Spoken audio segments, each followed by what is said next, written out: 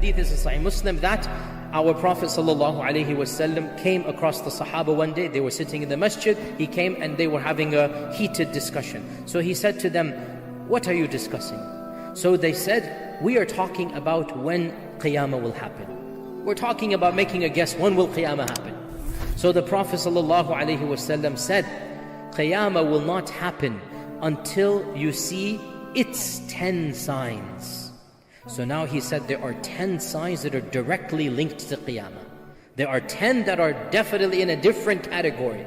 Qiyamah will not happen until you see its 10 signs. Then he mentioned them one by one, and I'm going to quickly list them now, and inshallah later on in our series we'll go over each one of them in a lot of detail. Number one, he said, the dukhan. Dukhan is a dust, smoke, smog, the dukhan. And by the way, all 10 of these are specific. These are not trends. All 10 of these are one-off incidents. So these 10, it is a clear-cut sign. Something major is going to happen, catastrophic, cataclysmic, and everybody will recognize this is one of those major signs. So number one, the dukhan.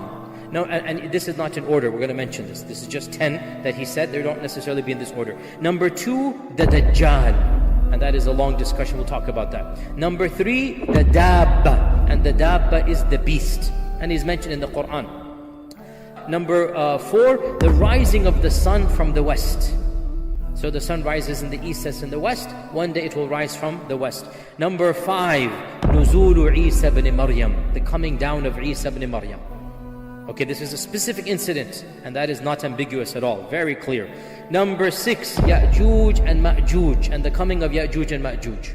Okay, that is a major sign, and we'll talk about them and some of the problems that are raised by this issue. We'll talk about it very frankly when we get to inshallah. Number 7, 8, and 9, 3 zalazil, 3 earthquakes that will shake the world. There's going to be major. This isn't a regional earthquake. These are earthquakes that essentially the world will know it is an earthquake. 3 zalazil that will shake the world. In one hadith, each next one will be bigger than the first one. So it's going to be 3 consecutive earthquakes that are, the whole world will know that there is an earthquake taking place. And then he said, وَآخِرُهُنَّ, the last of these signs, number 10, the last of these signs is a blazing fire that will emanate in Yemen and will force the people towards Ard al-Mahshar, or the land of resurrection. The land of resurrection. The very last sign of Judgment Day will be the fire that will force people to gather in one place, and that will be the end of humanity in that one place, which is going to be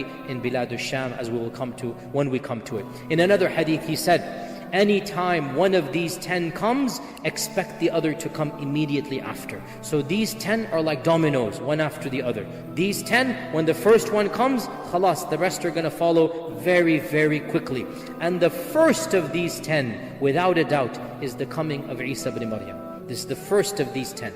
The first of these 10 is the coming of Isa ibn Maryam. And when Isa comes, the rest of these are going to come one by one, and that's it. Qiyamah will take place very shortly after the coming of Isa ibn Maryam.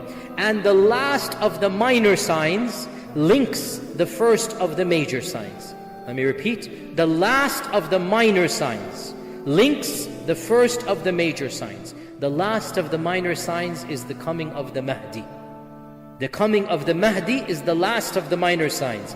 And the Mahdi will be alive and will interact with the first of the major signs, and that is who? Isa ibn Maryam. So, the Mahdi and the Isa will coexist at the same time, same place, interact with one another, and it is literally as if the minor is coming to an end and the major is beginning, and then that's it, the rest will go from there until Qiyamah.